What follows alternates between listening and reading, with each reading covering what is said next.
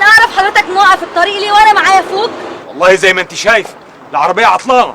اظن متهيألي ان ممكن تشوف لك ميكانيكي او ممكن تركن العربيه على جنب عشان احنا نعدي. ومالك يعني متعصبه كده؟ انا متاسفه. طب ممكن حضرتك تشوف لك حد بس يركنها على جنب عشان اعدي؟ حاضر، لحظه واحده.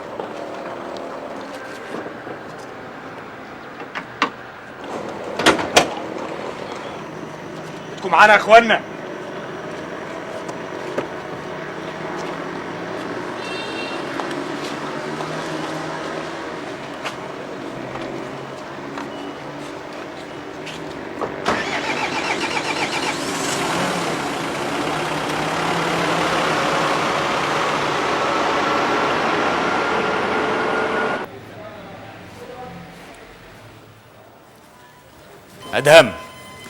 أدهم الحمد لله على السلامة يا سيف. خلصت شغلك؟ هسلم مكاني واجيك على طول. هقعد هنا اشرب اي حاجه على حسابي. اضرب ينسون خلاط.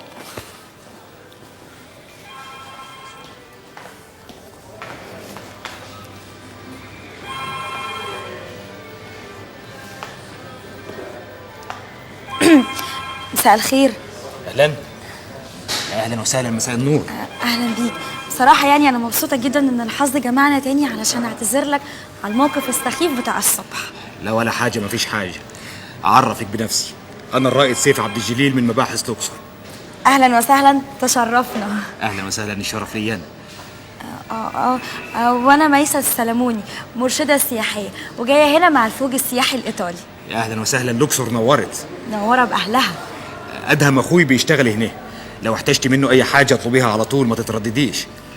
ميرسي جدا ليك. طب معلش انا لازم امشي بس علشان الفوج مستنيني في الباص.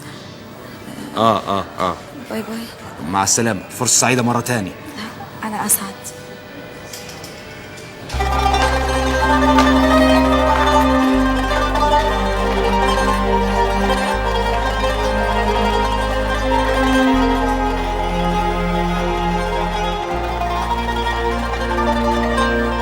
خلصت يا سيف. أني خلصت يا سيف. سيف. ايه رحت فين؟ قابلت البنت اللي شفتها الصبح. يا راجل. بنت عصبيه قوي، اتخانقت معايا خناقه وعره قوي. انت ابن حلال يا سيف وتستاهل كل خير.